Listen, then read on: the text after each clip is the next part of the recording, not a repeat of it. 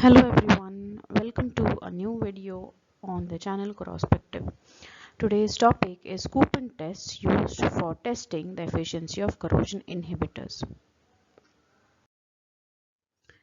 The concept lies in the fact of using small pieces of the original material or similar material to test its corrosion behavior.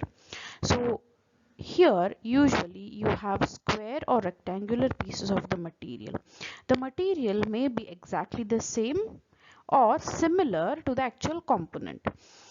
These pieces are immersed in the electrolyte of exposure. So the electrolyte of exposure can be either the same electrolyte as is in the system, such as a pipeline. So if a pipeline is buried, the coupons are buried with the pipelines, or it may be similar to the exposure. So if it is a very high concentration of acids or very critical fluids which cannot be sampled out, then the electrolyte is simulated and it is used for coupon tests. The concept relies on measuring the weight loss of the coupon test that occurs because of the corrosion of the coupons. So let's see in detail how this test is done. First of all, the coupon is cleaned of any oil, grease or rust.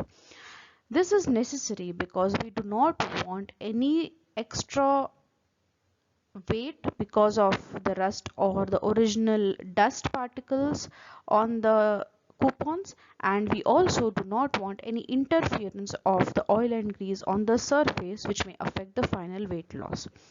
Then we measure the weight of the original coupon.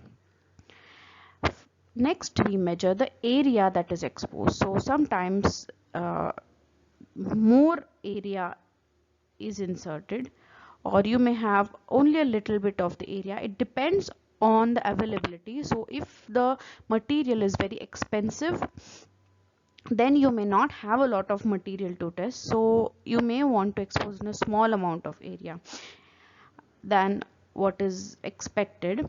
This also depends on who is doing the test. So if it is decided between the testing lab and the company that you may use a certain area, that particular area is exposed. So the area of exposure is a very important parameter because the weight loss is going to happen entirely from this area. Next is a very important step. You have to take the photographs or optical micrographs of the coupon. This is very important because you have to have a baseline to decide how much corrosion has happened after the electrolyte. Once you immerse it in the electrolyte, you cannot regain that original surface. So you have to have a reference point, and for that reference point you have to take photographs and or optical micrographs. Of course, that will be without any etching as the sample is. This is also to ensure that there are no original pits or surface issues, and if there are, even then we can take note of it and not confuse them with the pits that may be formed after the exposure. Once we have this information, we now immerse that coupon inside the electrolyte. We have to note then the time of measurement. So how much time should we dip the coupon in?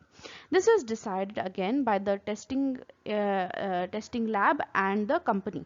So it also, if you are a researcher, then it also depends on which standard you are following and how much time you really have to get the results. Or it can also be what is depending on what your intention is. So is it to get a short term weight loss, or do you want to see how the coupon behaves in a long term exposure? So that time, that is T, is decided based on these issues. After that time is over, we take out the coupon. Now this is a step which may be skipped sometimes. So once you take out the coupon, please do take the photographs once again.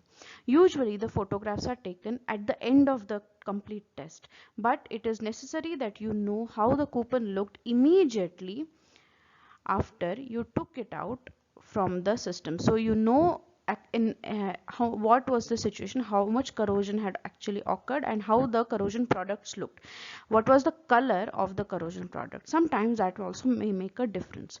So you have to take photographs immediately after the coupon is taken out. Then you have to clean the coupon. So this is a step which is necessary because cleaning ensures that you remove the corrosion products and those do not add to the weight loss. So if required, you may do weight loss here as well, weight measurement if required. So once you have to then clean the corrosion products, but you have to take care that you not use rough polishing. Rough polishing may remove all the corrosion products and it may also remove the underlying pits and surfaces, so that will lead to an additional weight loss. That is not a result of the electrolyte, so this will give you an error. That's why you have to take care while cleaning the corrosion products. Then we have to take again photographs and optical micrographs. This is your final image of how the surface looks. So does it have pits, does it have grooves, what is the shape of the pits, what is the shape of the corroded area, which area is corroded more, is it the edge or is it the surface. All that information is obtained from these photographs and optical micrographs. These are necessary to compare them with the original surface of the coupon, and then we measure the final weight of the coupon. So this is the parameter which will help you to decide the final calculations. Now when you are looking at assessing the efficiency of inhibitor, you have two sets of tests. In one set of test you have an electrolyte without inhibitor and you have an electrolyte with inhibitor.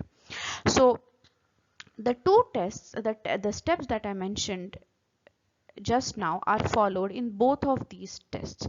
You do the exactly same thing and you measure the final weight loss and weights in with the inhibitor and without the inhibitor.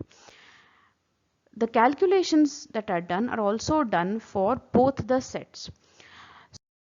So the usual formula used is first weight loss, which is calculated from the subtraction of the final weight from the original weight. So here you will get two cases. You will get the original weight, that is without inhibitor, and you will get the weight loss, that is with inhibitor. So this is done. So you will do it in the two. If you do electrolytes with two samples, you will get two weight losses. You can use these to calculate the corrosion rates for each of them. So you can, if it is a good inhibitor, you can say that the corrosion rate in inhibitor is less than the corrosion rate without inhibitor. Then you use these parameters to calculate the efficiency. So first is surface coverage.